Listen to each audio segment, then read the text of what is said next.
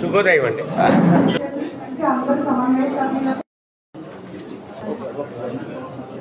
ఎవరైతే వృద్ధులు, వితంతులు, దివ్యాంగులు ఎవరైతే ఉన్నారో, సమాజంలో ఆదరణ లేక నిరాదరణకు గురవుతున్నటువంటి వాళ్ళు ఎవరైతే ఉన్నారో అటువంటి వారికి పింఛన్ ఇవ్వాలి అనేటువంటి ఆలోచనతో 35 రూపాయలతో ఆంధ్రప్రదేశ్ రాష్ట్రంలో పెన్షన్ని ప్రారంభించింది తెలుగుదేశం పార్టీ.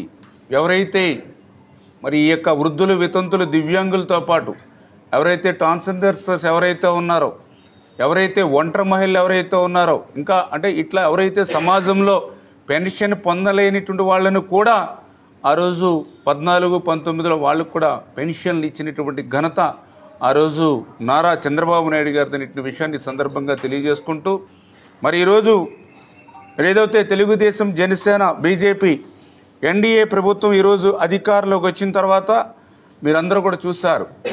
మరి అన్న మాట ప్రకారం అధికారంలోకి వచ్చినటువంటి మరునాడే మరి ఏదైతే ఈ పెన్షన్ పెంపు మీద సంతకం పెట్టడమే కాదు, మొట్టమొదటి 1వ తేదీనే ఆ పెంచినటువంటి పింఛను మరి ఏప్రిల్ నెలలో ఏదైతే చెప్పామో మరి ఏప్రిల్, మే, జూన్ అప్పుడు ఆ బ్యాలెన్స్ ఏప్రిల్ 1000, మే 1000, జూన్ 1000 3000 ప్లస్ ఇప్పుడు పెంచినటువంటి పింఛను 4000 మొత్తం 7000 రూపాయలు రేపు 1వ తేదీన ఆ వృద్ధులు, వితంతులు, దివ్యాంగులు మరి అందుకుంటున్నటువంటి పరిస్థితి.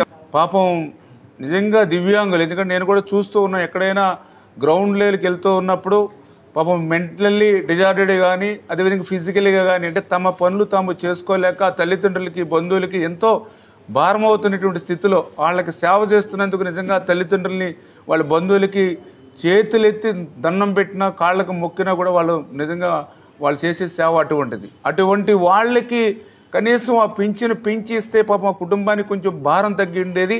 కానీ దురదృష్టం, జగన్మోహన్ రెడ్డి 5 సంవత్సరాల్లో ఆ దివ్యాంగులకి ఇచ్చేటువంటి 3000 పింఛన్ని ₹1 కూడా పెంచాలనేటువంటి ఆలోచన ఆయనకు రాలా. కానీ ఈరోజు చంద్రబాబు నాయుడు గారు మానవత్వంతో 3000 రూపాయలని 1000 రూపాయలు, 2000 రూపాయలు పెంచడం కాదు, 3000 రూపాయలని డబల్ 6000 రూపాయలు చేసి ఈరోజు ఆ కుటుంబానికి అందిస్తూ ఉన్నారు. ఎవరైతే శాశ్వత వికలాంగతత్వం ఉండి, ఎవరైతే బెడ్ మీద ఉండి పనులు చేసుకునేటువంటి వాళ్ళు ఎవరైతే మరి ఉన్నారో, అంటే ఈ యొక్క పక్షపాతం కానీ లేదా డయాలసిస్ కానీ ఇట్లా ఎవరైతే ఉన్నారో వాళ్ళకి 10,000 నుంచి 15,000 రూపాయలు కూడా మరి పెర్ మంత్ మరి వాళ్ళకి ఇచ్చేటువంటి ఆలోచన ఏదైతే రేపు 1వ తేదీ నుంచి ఏదైతే అమలు జరుగుతుందో మరి ఇది ఒక రకంగా ఒక చారిత్రాత్మకమైనటువంటి రోజు. రాష్ట్ర ఖజానా మొత్తం ఖాళీ చేసేసిన ఈ జగన్మోహన్ రెడ్డి ఆంధ్రప్రదేశ్ రాష్ట్రానికి 5 సంవత్సరాల్లో 12 లక్షల కోట్ల రూపాయలు అప్పులు మన నెత్తి మీద పెట్టినా కూడా ఈవేళ చంద్రబాబు నాయుడు గారు ఈవేళ ఇచ్చినటువంటి మాటను నిలబెట్టుకోవడం కోసం ఈవేళ ఇంత పెద్ద ఎత్తున మరి ఆ వృద్ధులు, వితంతులు, దివ్యాంగులను ఆనుకునేటువంటి విధంగా మరి 1వ తేదీనే వాళ్ళందరికీ కూడా ఇంటింటికి పింఛను ఇవ్వడం చాలా సంతోషం. జగన్మోహన్ రెడ్డి గతంలో అంత మోసం దగా. లాస్ట్ టైం కూడా నేనే స్వయంగా సచివాలయాలకు వెళ్ళి, ఎందుకంటే 3వ తేదీ వచ్చింది, 3వ తేదీ వస్తే పెన్షన్లకి ఇంకా డబ్బులు అందరిలా పెన్షనర్లకి వాళ్ళందరూ కూడా సచివాలయాల దగ్గరికి వచ్చి కూర్చున్నారు. ఏదైతే వాలంటీర్స్ని ఇవ్వద్దంటం వల్ల వీళ్ళకి పెన్షన్ ఇవ్వలేకపోతున్నాం, ఇంతమంది 3వ తారీఖు వచ్చేసింది, ఇన్నే పెన్షన్లు అందలేదు, కేవలం వాలంటీర్స్ని పక్కన పెట్టడం వల్లని ప్రభుత్వం దుష్ప్రచారం చేసింది.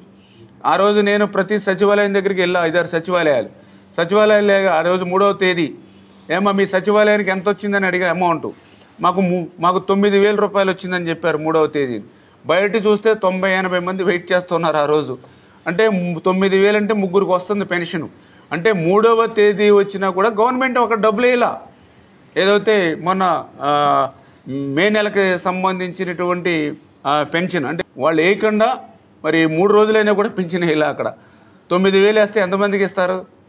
అంటే వాళ్ళు చేసినటువంటి తప్పులను కూడా ప్రతిపక్షాల మీద నెట్టేసేటువంటి విధంగా వాళ్ళు అసత్యాలు, అబద్ధాలు ఆ రోజు ప్రచారాలు చేసినటువంటి పరిస్థితి.